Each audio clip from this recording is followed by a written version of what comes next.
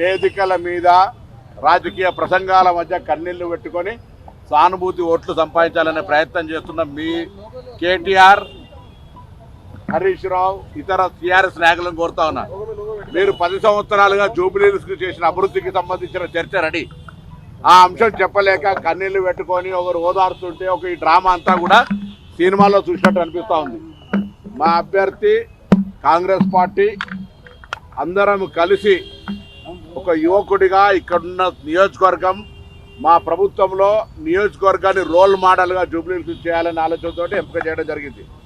తప్పకుండా ఈ దెబ్బతోటి శాసనసభలో ఓడిపోయినటువంటి దానికి, తిరిగి పార్లమెంట్లో 0 సీట్లకు వచ్చిన దానికి, కంటోన్మెంట్ ఉప ఎన్నిక దెబ్బకు, జూబ్లీహిల్స్ దెబ్బకు గుయ్యం అనేటువంటి పరిస్థితి వాళ్ళు ఎదుర్కొంటారు.